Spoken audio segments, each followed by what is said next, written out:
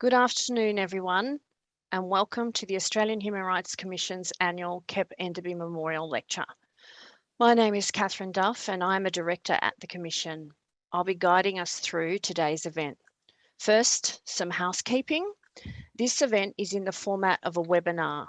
As such, audience members will be muted and your cameras will be turned off. Auslan interpretation will be available on screen, and you can turn on closed captions by clicking on the closed captions button on your viewer. In your reminder email for today's event, you will also have received a link that allows you to access closed captions. If you experience any technical difficulties, we recommend you leave the webinar and rejoin. A recording of the webinar will be uploaded to the Commission's YouTube channel in the next few days. Thank you all for joining us today. I'd like to invite Uncle Craig Madden, board member from the Metropolitan Local Aboriginal Land Council, to welcome us. Thanks, Uncle Craig. Thank you very much, Catherine. Bujiri Gamarua, everyone. G'day and welcome. My name is Craig Madden, and I'd like to start by thanking the Human Rights Commission for inviting me online to welcome you to country. I'm a proud Bundjalung Gadigal man from the Eora Nation. And Gadigal land is the land on which I stand today. Jinyara Gadigal. This land is Gadigal. It is customary for our Aboriginal people to invite guests or visitors onto our land or country. It's a practice that we've been doing for thousands of years, offering safe passage as you pass through our lands. So I'm extremely proud to stand before you as a Gadigal man and a representative of the Metropolitan Local Aboriginal Land Council, and welcome you all onto Aboriginal land, my land, Gadigal land. We respect and honour our Aboriginal and Torres Strait Islander elders past, present and future, and acknowledge the traditions and living cultures of the Aboriginal and Torres Strait Islander peoples of this land. To any Aboriginal brothers and sisters, if we have any brothers and sisters from the Torres Strait Islands online, welcome. To all our non-Aboriginal brothers and sisters, a warm and sincere welcome to Gadigal land, Aboriginal land. Our Gadigal clan is one of the 29 clans which make up the Eora Nation. It's a nation that's bound by 3 distinct landmarks. So we've got the Hawkesbury River to the north, the Nepean River to the west, and the Georges River to the south. Within the boundaries of those mighty rivers lie our Gadigal Nation and our Eora Nation, and our Gadigal clan is one of the 29 clans of that nation. To our guests from across the seas, or if we have any guests from across our great country today, great states of this magnificently beautiful city of ours, or whatever Aboriginal land or country that you are standing on, welcome. On behalf of the Metropolitan Local Aboriginal Land Council and its members and our Gadigal mob, please enjoy the lecture today. Stay safe in still these troubled times. And once again, welcome, welcome, welcome. Thank you. Thank you, Uncle Craig, for that warm and generous welcome. The Commission would like to recognise the strength, hope and courage of those who tirelessly undertake anti-racism work and build visions of change. Our event partner today is the European Union Delegation to Australia. For the last 40 years, the delegation in Australia has been actively strengthening the bilateral ties between the EU and Australia. I'd like to introduce His Excellency, Dr. Michael Pulch, European Union Ambassador to Australia since 2017. As head of the EU delegation, Dr. Pulch has been working on the launch of negotiations for a free trade agreement aimed at enhancing the bilateral economic relationship.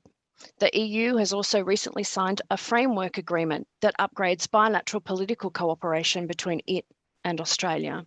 And the delegation has held the very first EU-Australia Leadership Forum that brought together leaders from all sectors. Before taking up his post in Australia, Dr. Pulch held various EU positions, including as the European Union Ambassador to Singapore, as head of the Russia Division in the European External Action Service in Brussels, and as Deputy Chief of Mission of the EU delegation to China. Dr. Pulch holds degrees in law and political sciences from the University of Bonn, Paris and Cambridge. It's my very great honour to invite Dr. Pulch to speak to you now. Thank you, Catherine, for your kind words of introduction.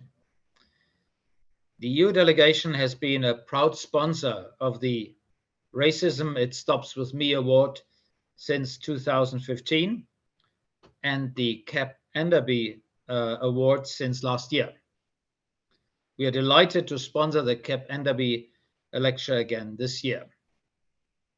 I feel honored to join a program named after the Attorney General who introduced the Racial Discrimination Bill in the House of Representatives.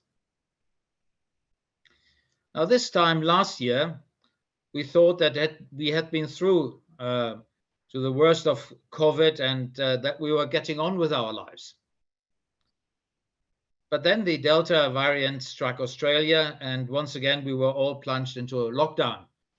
And I'm sitting here in Canberra, and we are celebrating a further lifting of restrictions from today onward. Now, among the many issues that COVID-19 raised was the issue of diversity.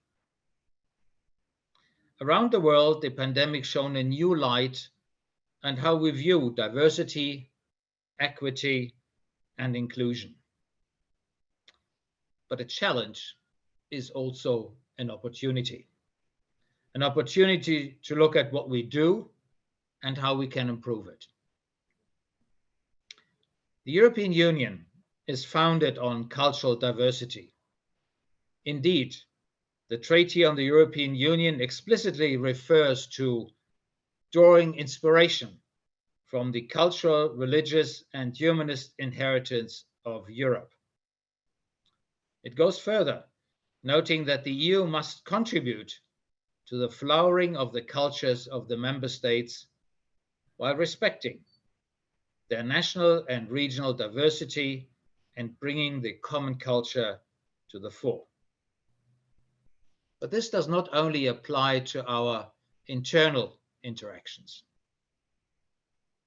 The EU has done many things to promote cultural diversity, including intercultural and interreligious dialogues, which we first introduced in the early 2000s.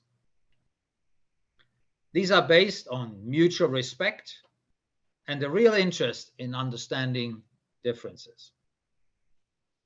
Now, the EU program Creative Europe, which runs from now until 2027, has a budget of close to 1.5 billion euros. It is focused on the music sector. It prioritizes female talent, promotes gender equality, and fosters inclusion.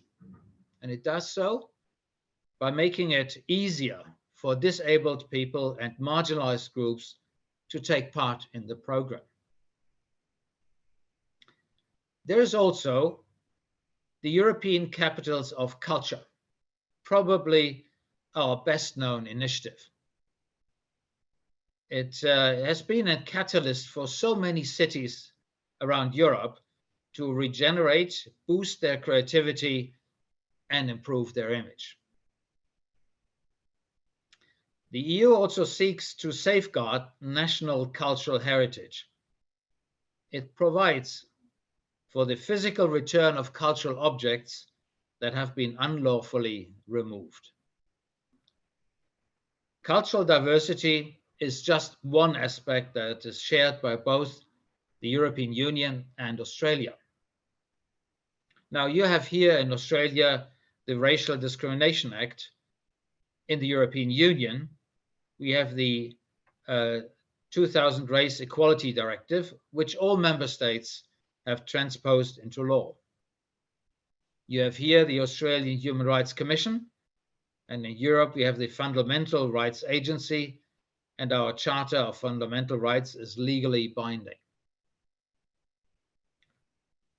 Last year, when I had the honor to speak, I quoted the current EU President, Charles Michel, on the launch of the EU's anti-racism plan. Now this year, I would like to quote from the first woman to hold the presidency of the European Parliament, Madame Simone Veil. She spoke of three challenges. The challenge of peace, how to maintain it. the challenge of freedom, how to enshrine it, and the challenge of prosperity, how to ensure it for everyone. She noted that the plurality of the European Parliament and how this could serve to enrich their work and to achieve a community founded on the shared respect for fundamental human values. On this note, I look forward to hearing the views of our distinguished speakers today. Many thanks for your attention.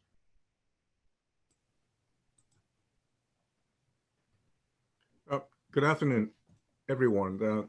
My name is Chintan. I am the Australian Race Discrimination Commissioner. Thank you for joining us today.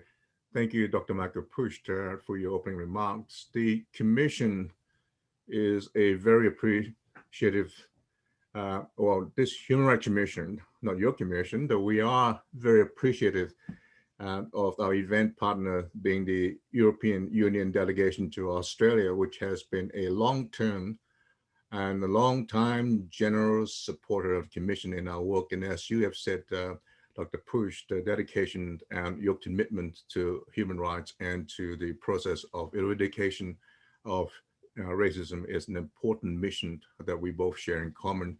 And I want to thank Uncle Craig Madden for your moving welcome to country. The Metropolitan Local Aboriginal Land Council's continued existence and strength is a reminder of the resilience of elders and those who have gone before to fight for rights and justice for First Nations Australians. I'd like to acknowledge that we are all joined in this lecture this afternoon from the lands of Aboriginal and Torres Strait Islander owners. I am on the lands, as I am from Melbourne currently, of the Bunurong, Bun Warung, and the Wurundjeri Warring peoples of the Eastern Kulin Nation. I pay my respect to their elders, past, present, and emerging. And I urge you all, if you haven't already done so, to learn about the traditional owners of the area you lived in and consider how you can recognize them and their ongoing connection to the land. And I want to thank and pay my respect to the eminent panelists today who will be continuing the discussion after Alice Pung has finished the oration. And I want to thank in particular Kapawashi Batangira and Zahea Idris for their commitment and contribution to today's program. We're joined here today to pay tribute to the memory of the Honorable Kep Enderby QC, who as Attorney General introduced the Racial Discrimination Bill to Parliament in 1975. It has now been 46 years since this landmark piece of legislation came into effect in Australia as law. Each year, the Kep Enderby Memorial Lecture seeks to advance public understanding and debate about racism, race relations, and the Racial Discrimination Act. A discourse in understanding of racism and our role and responsibility towards its eradication is never more important than the times we now lived in. I was truly moved when I saw that this event received over 1,000 registrations within the space of 24 hours. And the last that we have seen, there appears to be close to 2,000 people who have registered for today's event. This tells me two things. We have a very talented lineup of speakers this year, and that you're all keen and ready to hear from them, and that now moving forward, more than ever, people are ready and wanting and eager to listen and learn about how we can build a more inclusive, culturally diverse Australia. I want to thank members of my team led by Catherine Duff and the Commission for the hard work and dedication in organizing this event. As you know, it takes a lot to get to where we are today, as well as the communications team led by Georgia Waters, including my media advisor, Mark Franklin, and many others from the Commission. I must also share that my team and I are currently developing a national anti-racism framework. The framework will be a long-term reference, central reference point to guide actions on anti-racism by governments, NGOs, business, educators, health professionals, police, and other justice authorities, civil society, and the community. The Commission is now inviting submissions to inform the development of the framework until 15th of December this year. If you or your organization would like to make a submission, please visit the Have Your Say page on the Commission's website, where you can complete the guided form or upload your submission. We want to hear from you and to make this process as inclusive as possible, and are accepting written submissions as well as video or audio formats in any language. We want to make sure that we hear from as many of you as possible during this process. Today's keynote address is about embracing cultural diversity in Australia, and I just want to add to that it is important when defining our identity and national values, we must seek to give confidence, power, and hope to all Australians from all within our culturally diverse communities to know and believe in this country as their home.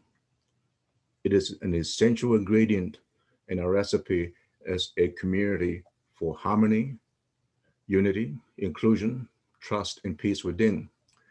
And now it is a great pleasure. I'd like to pass on to our special guest keynote speaker, Alice Pung. Alice, to many of us, doesn't require introduction. She is an award-winning author, journalist, lawyer, and educator. Her novels explore themes of race and cultural identity and have been set as texts in schools and universities across Australia and overseas. In 2015, Alice was awarded Sydney Morning Herald's Young Novelist of the Year for her book, Lorinda, which I said I haven't bought, and I will get a copy in due course. It is worthy to know that in her capacity as a lawyer, Alice has had a strong interest in human rights and workplace relations. Alice has been on ABC's Big Ideas program, speaking against bigotry and proposed changes to the Racial Discrimination Act. She is a proud advocate and ally, and it is my great honor and privilege to invite Alice Pung to speak to you today. Thank you. Hi, everyone, and thank you so much, Commissioner Tan, for that wonderful introduction. While you were all waiting in the waiting room, Commissioner Tan mentioned that Amal Clooney was in town. So I said, oh, you should have got Amal to give a talk. But I think she was just there with her husband because he's doing a filming project. So you've got me, the poor man's Amal Clooney. Hopefully today something I say will be of some relevance to the 584 participants in this room today. Thank you all for joining us. Today, the lecture is called Embracing Cultural Diversity in Australia. Sometimes I don't get to pick the titles of the lectures that I give. So I, as a writer and a lawyer, as Commissioner Tan mentioned, I'd like to talk to you today about the power of language in relation to embracing cultural diversity in Australia. You know, as a writer, literature and the law are united by this common tool. And if you are in this room today, if you've logged onto this Zoom call, you probably very well know how to use this tool because you've been able to open your computer, press the right buttons to get yourself connected. Now, my mother can't log on to a Zoom call. She can't do online banking or shopping, make a simple phone call to sort out a billing error, or distinguish even shampoo from dishwashing detergent if the bottles both have flowers and fruit on them and are similar in shape and size and are put on the sale aisle of the supermarkets. So my mother can't read or write.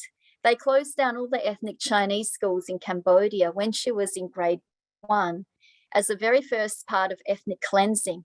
And so she's barely literate in her second language. Then she came to Australia as a refugee and she raised 4 children and worked as an outworker in the back shed for 2 decades. Now, I don't begin by telling you all this as an anodyne story of hard work, sacrifice, and maternal love that leads to a happy ending of immigrant success. Because even as adults, that's the sort of didactic story we all like to tell ourselves about Australian multiculturalism. That is the story that sells. That's the sort of story that publishers like to publish.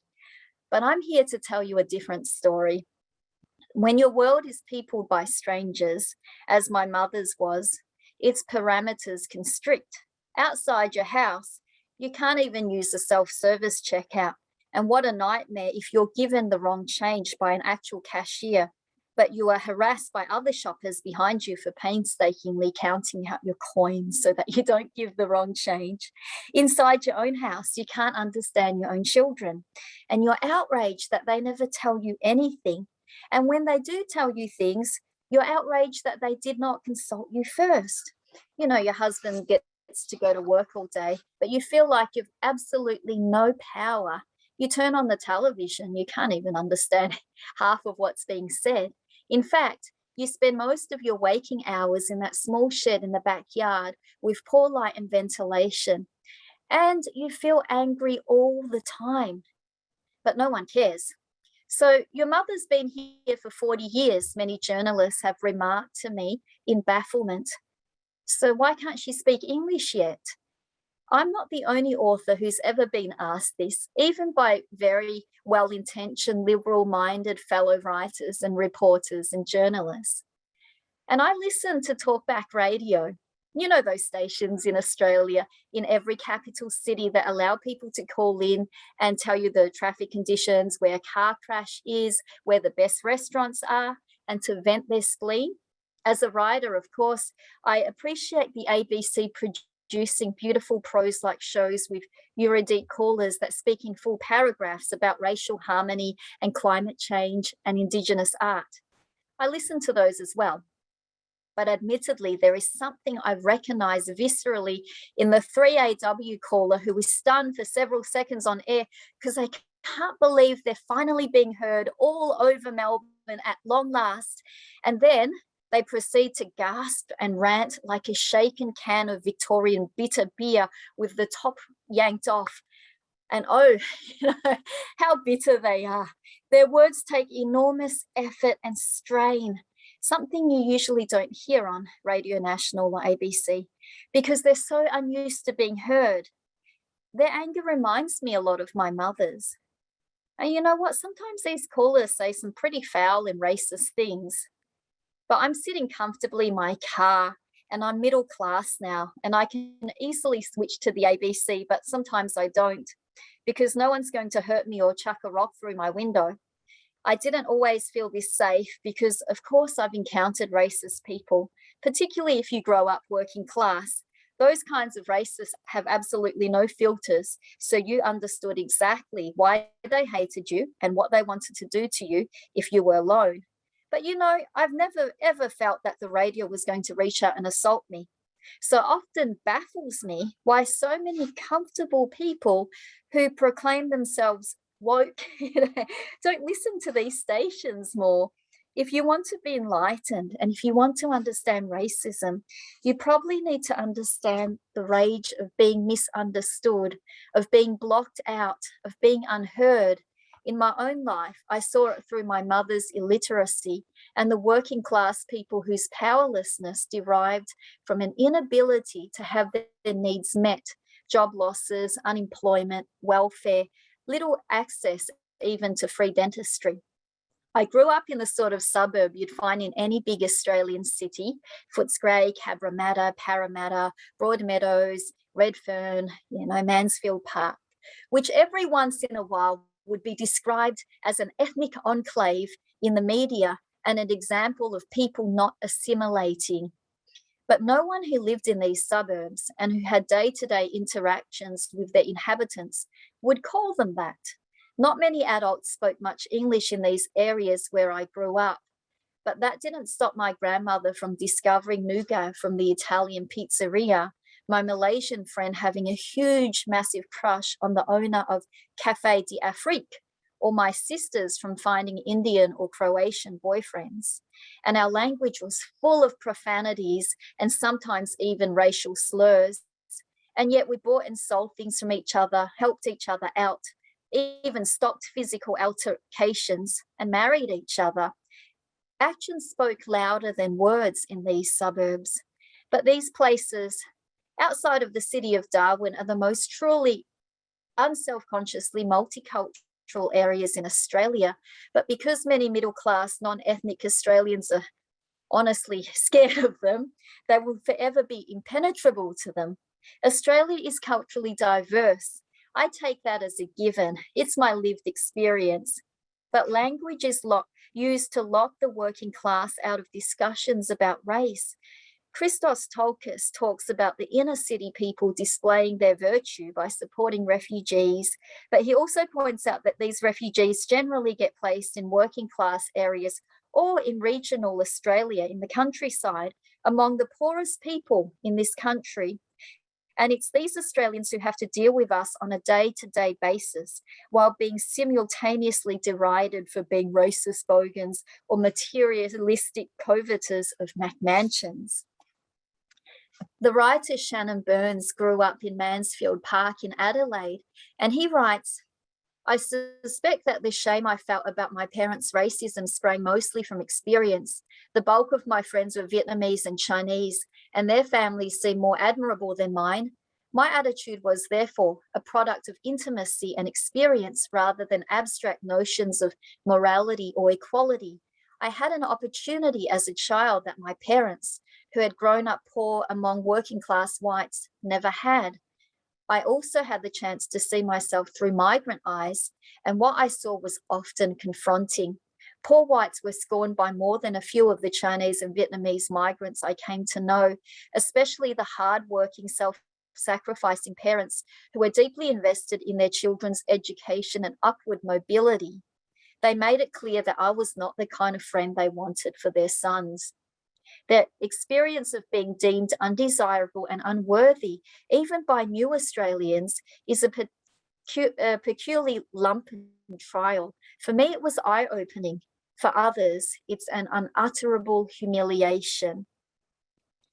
Now, I kind of understand this abject humiliation, not because I'm particularly more virtuous or more compassionate because of adversity, or even because I have more of an education. I understand it because to be poor and at the bottom of the pecking order is to suffer such humiliations on a constant day-to-day basis, not just from strangers, but from, dare I say it, even from one's own community and extended family. It's a universal human feeling, and it is a crappy feeling. I make no bones about it. People find it more difficult to change when they feel disempowered and shamed. My friend Maxine, on the other hand, grew up in a middle-class suburb in Australia, the only Black family in a sea of white. The adults around her seemed very nice, but the kids at school were kind of feral. And when her mother told her not to put up with the bullying and she stood up for herself, suddenly the nice adults turned feral with rage, incredulity, and denial. Those adults, who probably all saw themselves as non-racist and kind human beings, other parents, teachers, and counsellors, were all complicit and excused or defended or ignored the terrible racist abuse my friend Maxine encountered. And in her book, The Hate Race, she writes, I learnt to stay quiet. I learnt that nobody much cared. I learnt that it was probably my fault anyway, and what they were doing to me was perfectly okay. This is how it alters us. This is how we change. In Maxine's case, these people, arguably more educated and affluent than anyone I grew up with their inactions spoke louder than their self-justifying words. You know, at least the racists I grew up with didn't care about being perceived as nice. If everyone around you is supposed to be nice, and they are telling you that you are making a big deal out of their best intentions, well, it can really mess you up as a child, as an adult, as a servile, grateful refugee, even as a stolen generation. It can mess you up for generations. Maxine Benaba-Clark says, if racism is shortcoming of the heart, then experiencing it is an assault on the mind. Now, there's been a lot of talk lately about this idea of doing the work, about reading up and learning, about educating yourself. But what does it all even mean? You know, it's all good and fine if you can read, but often I think that this exercise of collecting knowledge is sometimes undertaken in the same spirit as how people collect useful stuff that would benefit them and that may someday be of value, like rare Pokemon cards that might be valuable to flash around in a few years' time to those people who can least afford them. The idea that the more you know about something, a people, a culture, a class, the better you understand it and them, and the more empathetic you become, is kind of self-serving when you have little or no interaction with these people. And this is exactly what happened to the childhood of my beautiful friend Maxine, who is now our poet laureate and whose writing is read by woke people to prove that they're doing the work. And you might adore the writing of Melissa Lukashenko, Tony Birch, Waleed Ali, our very own former Race Discrimination Commissioner, Tim Parmesan, Christos Teokis, Baruz Buchani, Alexis Wright, Dr. Anita Heiss. The list goes on. But you know what? Books don't change people. And I'm saying this as a writer. Books don't change people. People change people. So you just can't throw a book at someone and rail at them for being stubbornly ignorant, for refusing to read it, when that person might work with their hands. They might be dyslexic and they might have been fixing their Sri Lankan neighbour's tap for free for the past 6 months. They might know this stuff innately already from working in a production line with Burmese refugees at a duck factory in Nil. And you can't be apoplectic with rage when they say the wrong thing, when they use the wrong terms, or even when they utter, oh man, there's too many refugees in this country, aren't there? Because they've read it in the Herald Sun, because English might be their second or third or fourth language, and they don't believe that any major newspaper in this country would print anything that is not true, unlike the newspapers back home in their countries. Racism is not just a white against other colours issue. It's just that white culture seems to have a monopoly in defining it socially and politically in this country. So sure, some books and essays can change people's thoughts, but we have to undertake some follow-through action instead of wallowing in the feelings that these books and essays will inevitably produce. Really bad feelings, feelings of guilt, discomfort and shame, in action that then leads people to regarding our literature as hard work. You know, oh, it's hard work to read these books. It's hard work to read this book about this man who was locked up in a detention center on this island. It's hard work. So our literature is then regarded as hard work to be endured instead of enjoyed. So when people flower my books around to other woke people and tell them to do the work, I think, hang on a minute. My first book is meant to be funny. My second book is an account of the Cambodian genocide. My third book is a satire on all girls private schools. And my latest book is being about a pregnant teenager. So exactly what work are they supposed to be doing? Learning the interior life of Alice Pung? That's just wankiness, you know. They'd be better off volunteering to coach basketball for at-risk kids in Braybrook, the suburb where I grew up. And these same people sometimes tell me to turn off the radio if they're in the car with me when I'm picking up my kids, and they say, what the hell, Alice? Isn't it traumatic to listen to all these racists go on live, on air, and say their racist things to Neil Mitchell? Now, to us, trauma is my dad eating a leather belt to survive. Trauma is forever grieving a child or sibling's death. I get asked all the time to read books about the death of children, the horrors of war, the perils of racism against Muslims, Black people, Asian people, refugees, and write supporting lines on the cover. So to the people who are comfortable out there and who look at our books and think, oh, I'll read this later because it's hard work, and don't like to deal with uncomfortable feelings because we're going through a pandemic, I get it. I understand. But you know what? You do the work.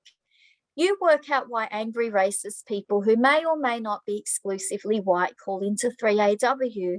You work out what their gripes are. You work out why they're poor, have bad health, are lonely, are depressed, are disenfranchised, have unremitting toothaches. You work out what structural things have led to this point in their lives. And maybe you might just want to figure out how to alleviate this, because all around Australia, all in these suburbs, their neighbours are doing the work, irregardless of how they feel. Because it's not our responsibility to be as patient as possible, as accomplished as possible, as generous as possible, to be accepted as Australians and to fix racism. Cooper, Zahir, and Jida are advocates, lawyers, and leaders, and you'll hear from these extraordinary panelists shortly.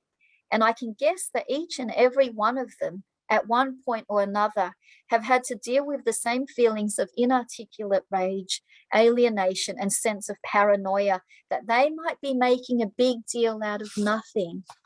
This is what it means to do the work so that vulnerable people don't have to take on this impossible burden.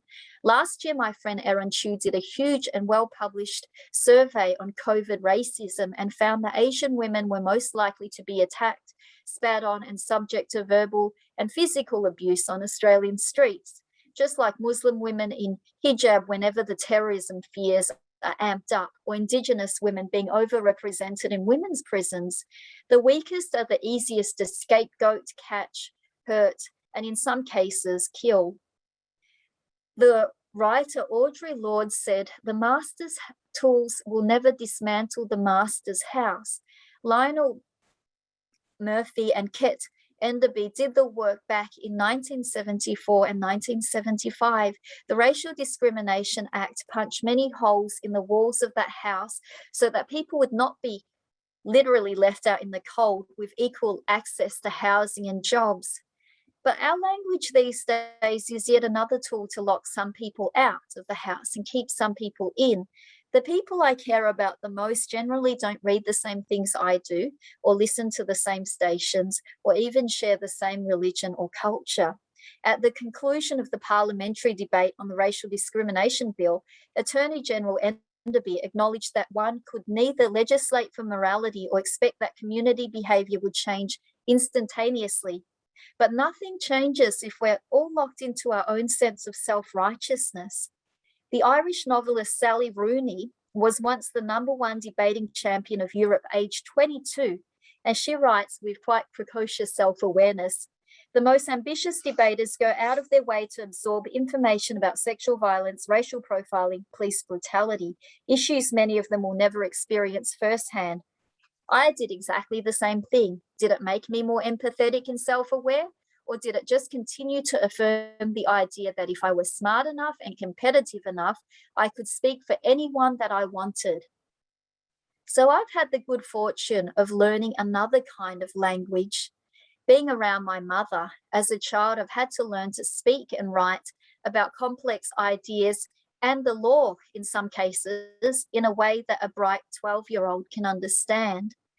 And I don't say this with any with any condescension whatsoever, because that's about how old my mum was when her formal education stopped. And when I was going through law school and going through a rough patch, thinking, oh gosh, this place is not for me, I want to quit, I read a really wonderful book by the Reverend Tim Costello called Streets of Hope. And he talks about this exact same thing. He says the language of the law is used to lock people out.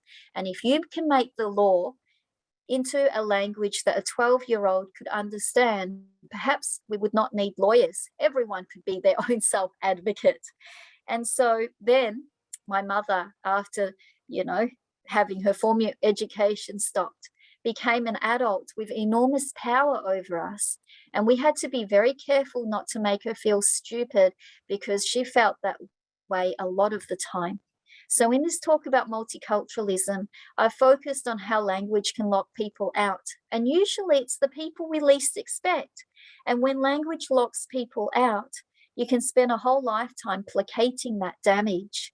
You spend a lifetime learning to speak in a way that neither panders to prejudice, yet does not attack a person for their illiteracy, for their poverty, for their trauma, and for their anguish.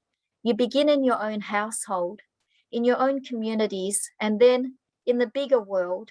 You don't always succeed, of course, but you know you don't have the luxury of having the kind of eye-rolling, trigger-happy readiness to take offense at words instead of actions, because your life is not lived in an echo chamber and you cannot control it so that it is.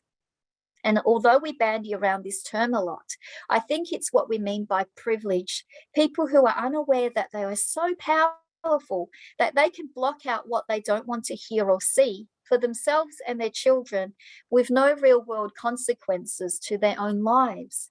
So when people like us, like me,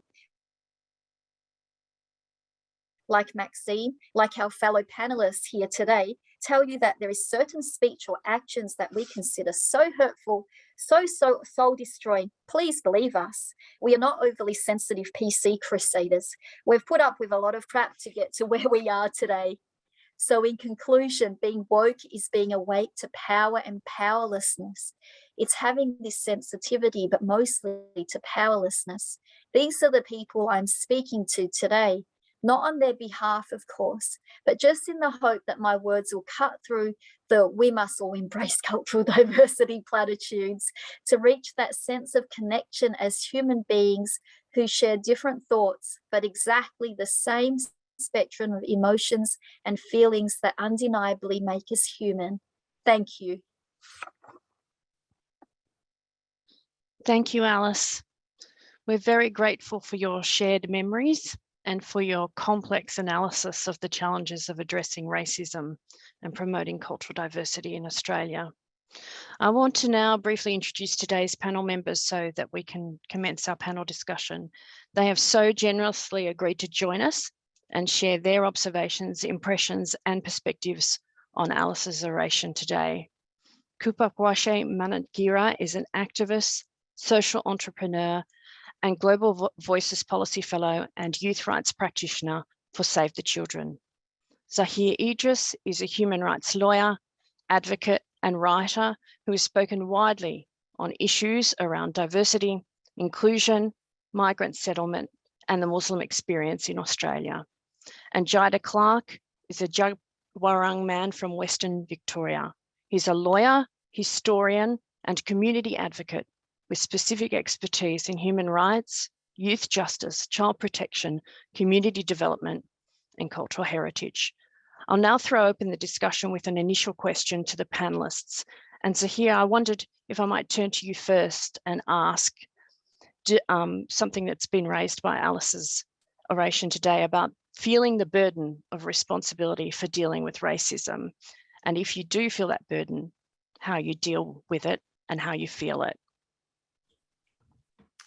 Thanks, Catherine. Just obviously the small questions first. Well, I want to say thanks for having me. Thanks to the Commission, to the EU and Australia for having us here today. I think it's really important. And thanks to Alice for a beautiful oration, which spoke to me in many ways. And I'm sure my co-panelists agree.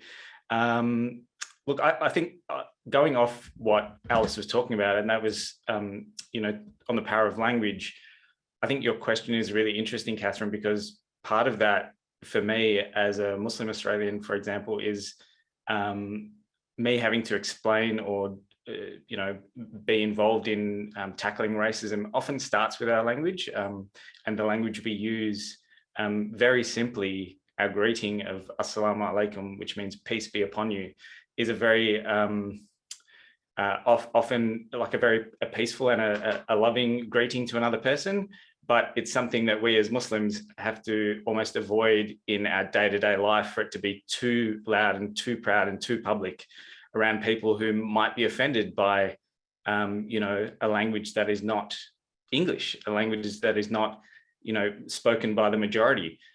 So I think, you know, when we talk about race and power and language being part of that power shift, if we're talking about dealing with racism, that's a start a lot of people have to deal with just at the beginning. And Alice so perfectly pointed on it with her mother's experience, you know, struggling with a language to a country you come to that doesn't speak the languages. Many of us will be on here today, I'm sure, are immigrants. I'm a first generation Australian, but born in South Africa.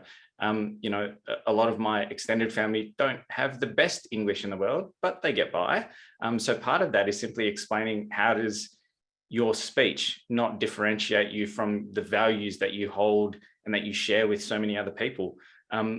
So I guess in that way, there's almost a responsibility on us to explain that we're the same. You know, you look different, you sound different, but we need to explain that, no, this word just means peace.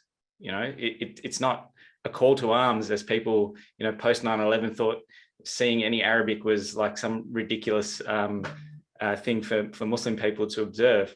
But also the reflection just on that small point for me is that you immediately think, as a migrant or as a person of color, or however you identify, is that suddenly you're explaining things as a way of placating the feelings of the person who is so wrongly offended by this very simple thing of your identity and your existence. So we, as people of color, I'll speak for myself, you know, as a brown Muslim living on stolen land, when I have to explain myself to someone, I find myself trying to de-escalate a situation or placate someone. And that's the first point of dealing with racism for me. And you don't even realize you're doing it until afterwards, and sitting down and saying, well, why did I have to explain myself? There's nothing wrong with me the way I am. But suddenly you're caught in this moment where you are the other. So it's really difficult for me, for other people to really grasp that, and you internalize a lot of that racism. And I might just leave it at that. Otherwise I could probably talk for ages. I'm sure Jada or Cooper have something more intelligible to say to it.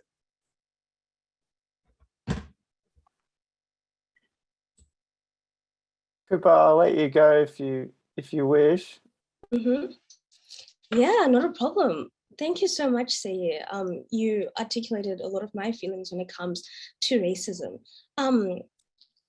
So to the question, do I ever feel a responsibility for dealing with racism?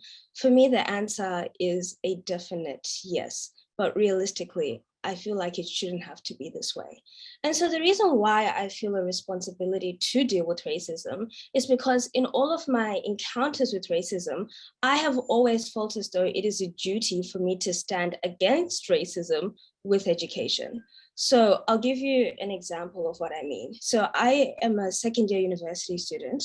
And last year, whilst we were in a university setting having a casual conversation, as the conversation went on, someone then called me primitive because I'm Black.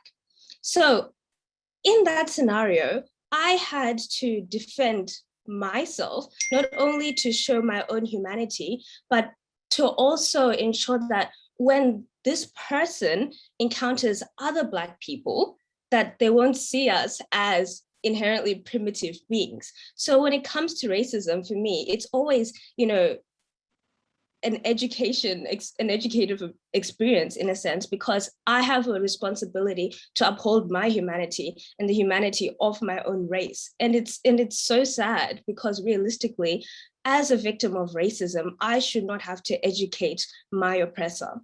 And when it comes to racism, I think that it's everyone's responsibility to be at least knowledgeable of other people and other cultures, so that we're not seen as the other, as you were saying, Sahir. I think I'll leave my response there and I'll give it over to you, Jada.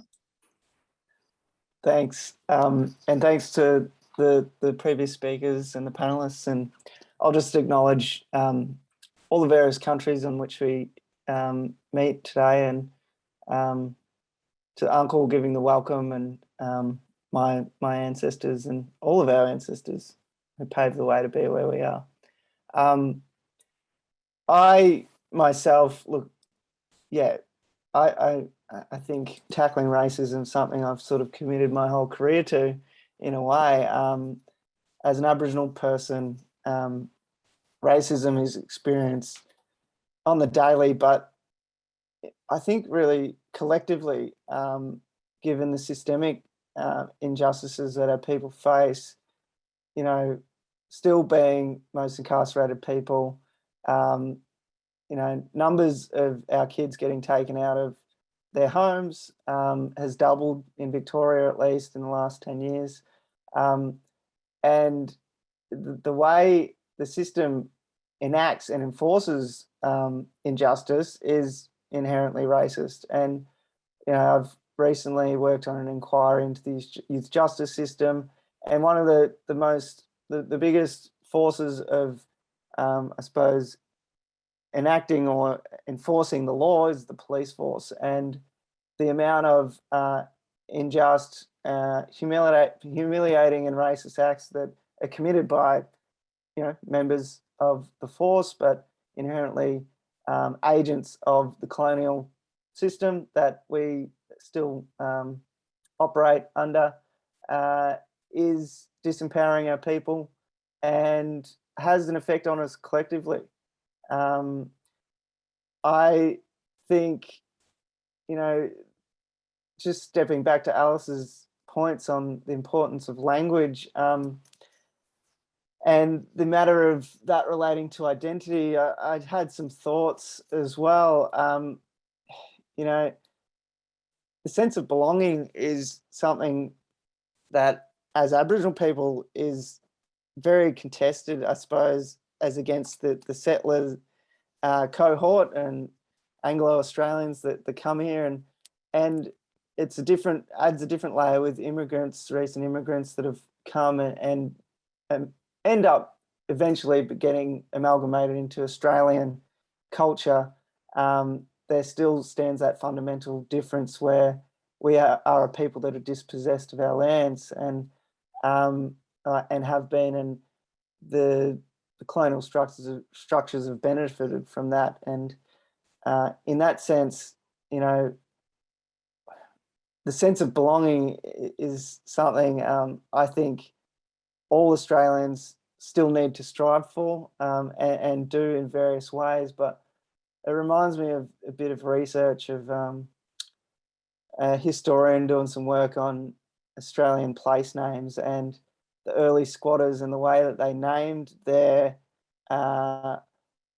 sheep stations, and they named them Aboriginal names very often. And the conclusion drawn from that research was that these early squatters were giving these places Aboriginal names because it was out of a longing for belonging. And I think that longing still exists today. And it's not, I don't think until there is a true sense of truth and justice that and a process that allows our people to get an equal standing and equal footing in this country, that belonging won't occur until that happens. And just noting that I'm a part of advising the Yurok Truth and Justice Commission in Victoria, that is a process that hopefully unravels some of that complexity of belonging and identity, and allows Victorians at least, and hopefully leading the way for Australia to embrace the complexity of identity. Look, I'm an Aboriginal man, but I've got white skin, I'm white passing, but I grew up on an Aboriginal community and didn't know anything but being Aboriginal. And I'm sure there's plenty of non-Aboriginal people out there that still struggle to understand that concept. And that was highlighted back on when Andrew Bolt was taken to court by Arnie Pat Eatock and others that on breaching the Racial Discrimination Act, and that sense of identity was very highly contested in that matter. And the one man that wrote articles thought he could somehow be the judge or the ruler on identity, and I think he was proven wrong. But I suppose I'll leave it there as food for thought. But I think that case and where we've gotten to today, and look, I live in country Victoria, experiencing racism even as an Aboriginal person out this way. It is frequent, I remember those debates a few years ago about whether Australia was racist. And it's very simplistic to boil it down to that, but I think I'll give it a well, the panelists might be able to give it a unanimous yes, but yeah, anyways. And just to acknowledge the work of the Commission as well on anti-racism, and Victoria is having an anti-racism task force that's been launched.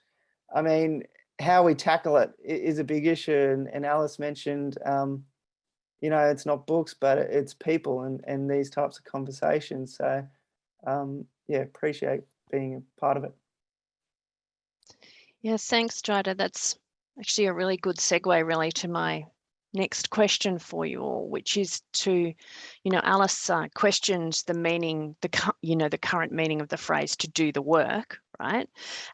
And I guess, and you just touched on this now, Jada, in your just the end of your remarks there, but what do you all think what that means to do the work? You're obviously doing the work yourselves in your own work and in your own workplaces and in the other hats that you're all wearing, but more broadly, what should we imagine that doing the work can look like, and you know, whose responsibility should it be? And I'm conscious, Cooper, that you mentioned before that obviously the work of anti-racism is everybody's work, but I guess, do we need to reset that balance? I'd just be really interested to hear your thoughts on that.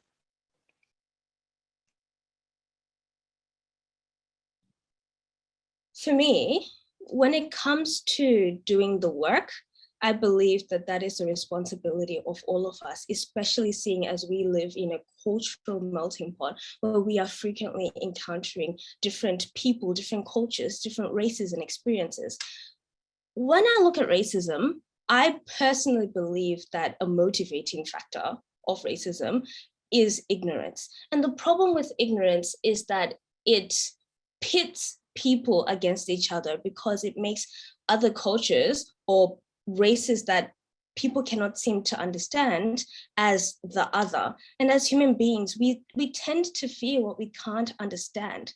And because of this, I actually believe it is incumbent upon us all to begin the knowledge-seeking process to understand those around us, the different cultures that we can't seem to get our head around, start knowing about them, start appreciating these cultures, because behind every story and every statistic lies a very real human experience. And it's about understanding that human experience, because once that occurs, we can begin to start appreciating and respecting other people and their cultures. So because of this, I do think it is incumbent upon us all to do the work of seeking to understand our neighbors, seeking to understand those around us. And I don't believe that there's an excuse for not doing the work, especially when knowledge is really at our fingertips. We can get knowledge on social media, you can get it online. I think it's really important for us to start seeing the human experience behind each and every culture, every experience, so that we can ensure that we are appreciating others for who they are, not who we want them to be. So in short, it's all of us have the responsibility to do the work.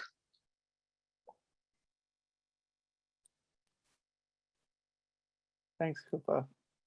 And that just makes me think of around the complexity of identity, and doing the work is certainly important to help understand people on the individual, and what's behind the individual, and what are the layers of identity and the narratives and these elements of race that play into their stories. And each of us is different. We have multiple identities hidden behind who we are. And, you know, I think of historically looking at even the term Aboriginal, you know, it's been defined in legislation across Australia, that term, and what Aboriginal means, you know, no less than 67 different times or different versions of what Aboriginal actually means or meant.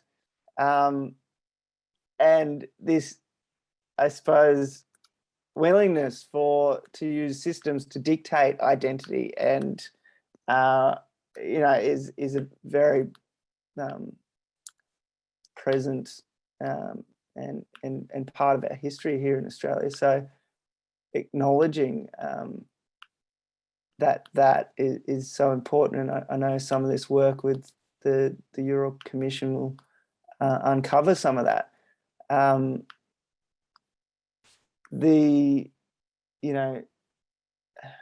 see now there's even Aboriginal, what might be considered Aboriginal people that don't identify with that term at all, and prefer to identify with their tribe names, Djapurong for me, for example, and their countries and their nations as their identity. Not to exclude that there is a level of connection between all of our mobs, Australian Aboriginal people, Aboriginal nations across the country. But yeah, it's something to acknowledge and celebrate. And I think in recent years, some of that's been happening. We've got NITV that is starting to showcase Aboriginal culture and have this country start to embrace and acknowledge culture and celebrate it. We see more black faces on television, in the media. Even the Q&A panels, we're seeing more diversity. I think again back to that debate around whether Australia was racist a few years ago, and it was all white panelists on that panel, and some are like, no, I don't think it's racist, and something, oh no, it could be. But yeah, there's I think we're on the journey, and we are progressing to some degree. I didn't get the opportunity before, but I will say I tend to agree with you, Jada. Australia is racist, and you can see that in a number of different ways, and you can accept that as something you can work on or something you can deny. But it's a reality that I think we need to grapple with generally, because as Alice said, when people of color in your life tell you there's an issue or there's a problem, like, you need to listen to it. It's our experience that tells you these things exist, not, as you described, I guess a panel of white people standing around saying whether or not Australia is or isn't racist. It's a little bit ridiculous, looking back at it. But at the time, people thought that was a valid conversation to be having with those people. I guess if I was to think about what it means to be doing the work, and everyone here that's speaking today is in some way doing the work, I might just reflect a bit historically, and that is from my own circumstance and upbringing. Is I came to Australia when I was really young. My parents left apartheid South Africa, and sort of my first identification of what doing the work was the example of what my family did, right? So part of doing the work for them and this anti-racist work, and we hear these terms bandied about a fair bit, that anti-racism isn't not just being not racist, but is actively advocating or doing work that is against racism. And when we talk about race, we're talking about structures, we're talking about power, we're talking about privilege, all of these things that everyone has touched upon. But I think the best example is one of my most vivid memories of migrating to Perth is in the early 90s, my parents taking me to a march with my two sisters in Fremantle, and it was a Free Nelson Mandela march, right? And so that was the first example I had of doing the work. Because if you think about it, what that was about was calling on the rest of the world to go all in on this experience that non-white South Africans were having, and realizing that it's not right. It wasn't good enough anymore, as it was in the 60s, 70s and 80s, to stand around and say, oh, maybe it's not good to treat non-white people as second-class citizens. We were talking to countries and saying, you need to boycott South Africa. This needs to change. This is about being anti-racism. So that's an example of what doing the work is, I guess, from a structural level. And here we're in Australia, and we have marches all the time. Last year we saw Black Lives Matter marches all over the world, and in Australia we saw the biggest turnout, and it was off the back of over 460 something at the time Aboriginal deaths in custody. Like, these are the things that we need to be doing the work. We need to get out there, and people who know my background know that I enjoy being an agitator. I think it's important. We need to put pressure on the structures and the societal barriers that are stopping us from doing actual anti-racist work. So, if people are out there and you want to be, whose responsibility is it? You ask, whose responsibility is it to do the work? As Cooper said, it's everyone's responsibility. But if you want to get more granular, it's the responsibility of the person in the position of power, for example, at a place that talks about race or discrimination or whatever the case may be. If you can look in the mirror and say, I'm probably the wrong person for this role, that's doing the work. Maybe I should be putting someone else who has more experience or has a better, and I'm not talking about qualification experience, we're talking about lived experience, people who understand what it's like to be subjected to these things. Until we start to feel this disparity of privilege and power, doing the work is very much going to be, as Alice said, reading her books. Like, that's great, but that's not what they're designed for. They'll give you a step forward, but we need to encourage people to take a second step and a third step, and be the person who has the uncomfortable conversation, and be the one who listens, because it's not just about being fiery all the time, right? Because we know this is about conversations. We know this is about getting people to a point where they want to engage with you, because everyone's heard that Nelson Mandela quote where he talks, and I'll paraphrase because I'll butcher it otherwise. He says, children aren't born inherently racist, right? It's how they're brought up. No one is born wanting to hate. We have a responsibility as a society to make sure that we are creating humans that want to be with other humans and acknowledge, the difficulties that they have, the struggles that they've been born into. So I guess, for me, if you want to do the work and you're a person of privilege, and I'm a person of privilege, I'm middle class, I'm well educated, I don't struggle. I need to go do the work in my day-to-day. And I think from a structural perspective, there are many layers, and everyone can grab a little piece. If it's a conversation with your neighbor, if it's going out to a protest, if it's, holding your employer to account in a nice way, don't get fired. That's part of doing the work. Thanks, Zahir. It's a good reminder that even the smallest contributions can be valuable, and we shouldn't turn our backs on the work of anti-racism because we think we can't do immediately the very big things, right?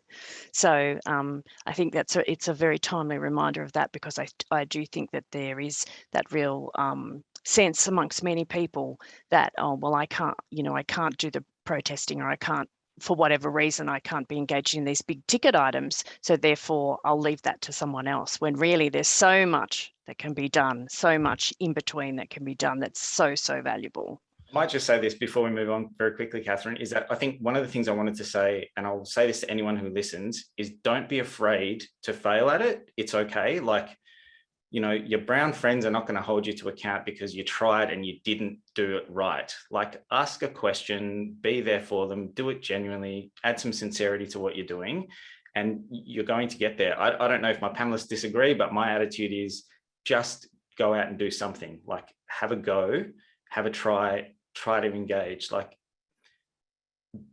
being scared to make that effort is what's going to hold us back.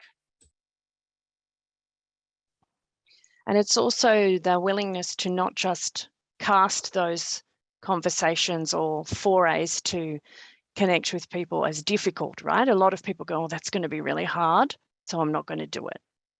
Whereas instead, to just have the courage to take the step and see what happens. I think that's a really strong message. And I think it's Alice did it much more eloquently than I just did it now. But I think that's a strong message, isn't it? That every small piece together adds up to a powerful whole. And when you exercise those muscles, you get better and better and better at it. And you can then help other people to do it as well.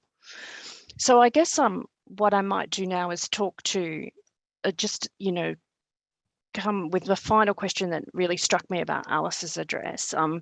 Alice expressed, I think, some really strong empathy with sometimes or many times perpetrators of racism. And also she showed very strong solidarity for those who are disempowered by systems and structures over which they have little or no control. And I just wondered what your reaction was to that message and any thoughts you might have around that particular topic.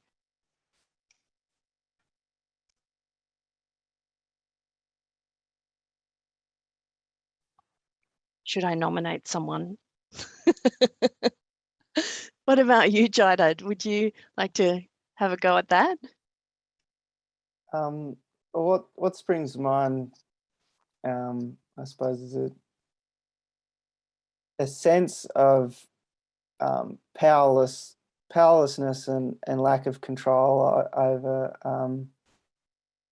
one's life. And I think back to the justice system and experiences of the justice system of our mob, and how the racism can compound the negative experience. It then becomes something where, hey, I might have done something wrong and I'm getting reprimanded for that act. But when there's the layer of abuse or humiliation that's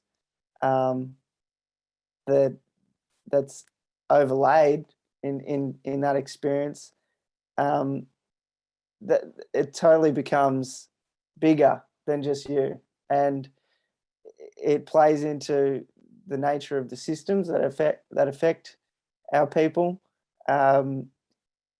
It means that the effect of that system is actually of greater harm compared to others, and that, I think, then therein lies the seriousness and potential for hurt and harm of the experience of racism.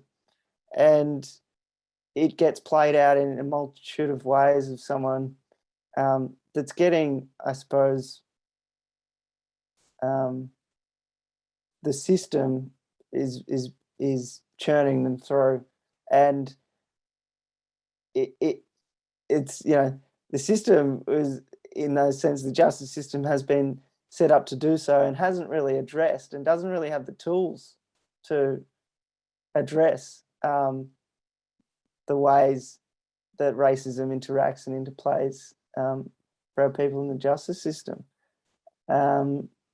It's, I think something to think deeply about and to rethink the way that justice is done in this country, because what did I hear? The master's tools won't dismantle the master's house, but there are ways to deliver justice that we need to rethink as a country.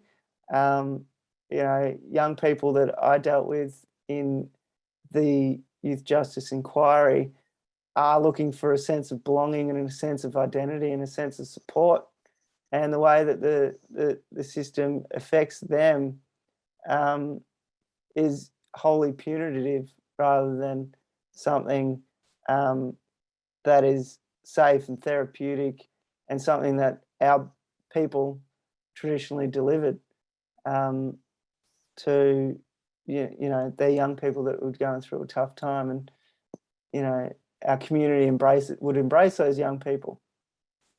So we live today with the realities of this sense of deaths in custody, even murders of Aboriginal people by police. I talked a bit earlier about that collective sense of this pressure that builds up in the frustration that affects all of us. And I suppose lost my train of thought there, but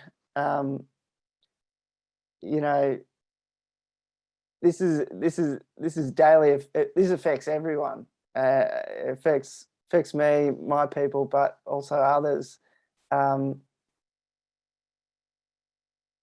continues. I suppose this is just an expression of the foundations of the way this country's been set up. Is that now we've got at the very end of this experience of colonization that we now face these systemic disadvantages and systemic injustices that are inherently racist. So what needs to be addressed is those fundamental power structures that lie in this country, and how we embrace and incorporate Aboriginal ways of doing, being and knowing, and support Aboriginal sovereignty in its expressions of our nations, because until those fundamental questions are addressed, we're not going to have the answer, and we won't be able to move forward. Yeah, that's all from me. Cooper, did you want to add anything on that question? Yeah, that is a fantastic question. It's also quite complex. And Jada, you mentioned something that I think is really quite important, and that's the system and how colonization has, in a sense, institutionalized racism. And so to the question, do I ever empathize with the perpetrators of racism? I say to an extent, I do. And the reason why is because we live in the shadow of colonialism to some extent. But because of that, racism is the pervading discourse that colors everything that we see when it comes to media and information. And because of this, I actually do think that our society is inherently racist, and you don't have to go very far to find this. For example, a few years ago when they were talking about gangs and gang violence, they mentioned African gangs most of the time. And I don't know why they chose to emphasize that these gangs were African as opposed to just gangs. But to me, that shows that in our society, even when it comes to the media, there's always a veneer of racism. And because of that, I do empathize, because racism is the prevailing discourse of our society. So I can empathize to a degree. But as Jada said, racism is a profoundly dehumanizing experience. You feel devalued as a human being.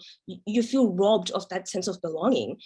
And because of that, I genuinely believe that despite racism being systemically embedded into our society, people can choose to go against the system. People can choose to oppose it whenever they want. So yes, I do feel some empathy, but people have the option to stand against racism, and people should choose to do that in whatever way is acceptable to them, whether it be attending a protest or even doing so much as to listen to the experiences of some of their friends and family members who are people of color. Just because something is embedded in institutionally ingrained within our society doesn't mean that it doesn't have to be changed. We see this all the time with climate change. Even if something is almost accepted wisdom, it doesn't have to be this way. We can choose to make it not the status quo.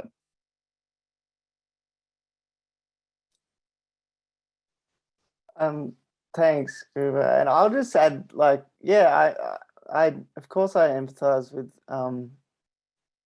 people with racist opinions and views. I mean, I think it's learnt, you know, like Zahir mentioned earlier, we aren't born racist, and it's inherited. So in that sense, I do sympathize, because it's almost, you know, you're learning that as a young child, in the constructs of society and experiences from your parents and others, and that takes a lot of unlearning, and it's a tough journey. So you have to sympathise with that. Yeah, I have to agree. I think, excuse me, talking too much. I think I have to agree that we have to be empathetic to an extent. And I think that empathy has to come from a deep desire to want to connect with people as humans, because I'm a different person than I was 2 years ago, than I was 5 years ago, than I was yesterday, right? So we have to accept that people are willing to change and they want to be better than they were. Like, a bit like I was saying before, no one wants to be hateful. Like, I don't think anyone wakes up in the morning and says, I want to hate another person.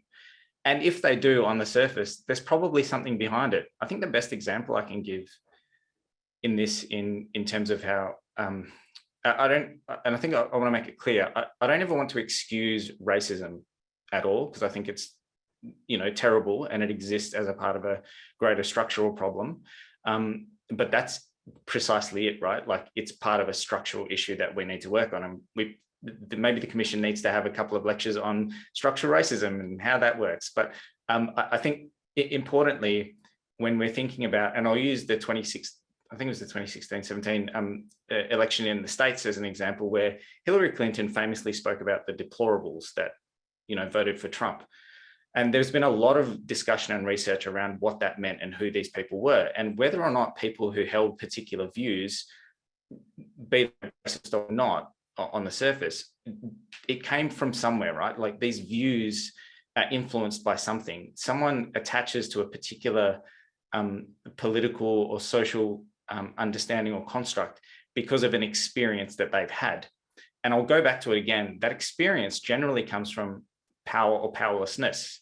So your experience of power or the institution that you're in will give you an experience that you are going to give out, right? So the body only gives out what it puts in. So if you're taking in experiences that are negative and that are disenfranchising, that you are, labeled as a deplorable, maybe you'll embody that. Again, I'm not saying, Trump supporters who are vehemently racist or did horrible things should be lauded as great, victims.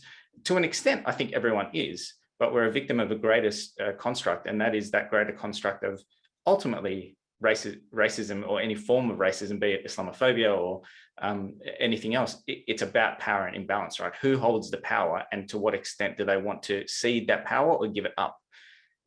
We look, I'll use this South African example again, only because it's sort of fresh in my mind.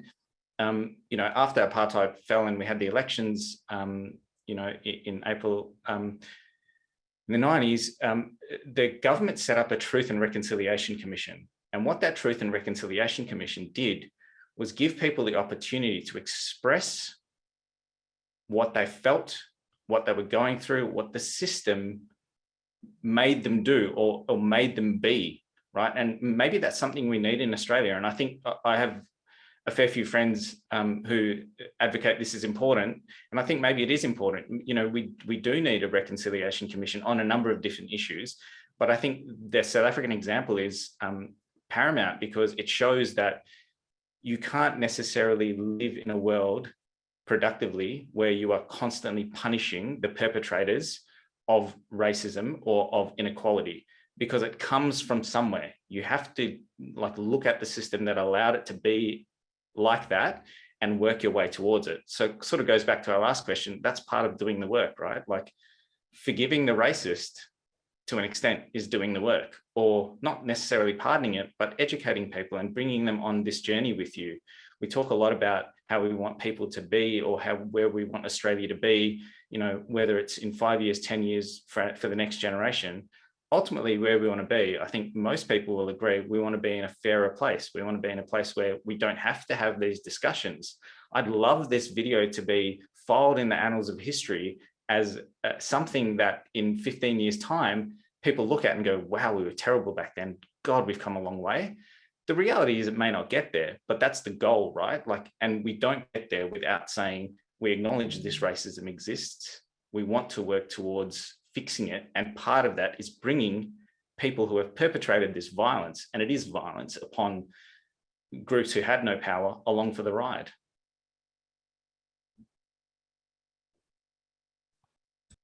Thanks, Zahir. It's partly too, isn't it, about bearing witness to the truth and taking the time to hear it, record it, and act upon what you've learned from that.